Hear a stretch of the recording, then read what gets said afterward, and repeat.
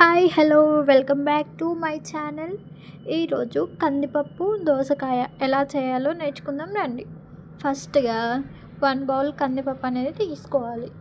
సరిగ్గా వాష్ చేసుకున్న తర్వాత ఒక 3 పచ్చిమిర్చి, 2 టమాటోస్ అండ్ 1 దోసకాయ అనేది కట్ చేసుకొని రైస్ కుక్కర్లో వేసేసుకున్నాను. నేనైతే 1 గ్లాస్ కందిపప్పు కాబట్టి 2 గ్లాసెస్ వాటర్ వేసి 3 విజిల్స్ అయితే పెట్టాను.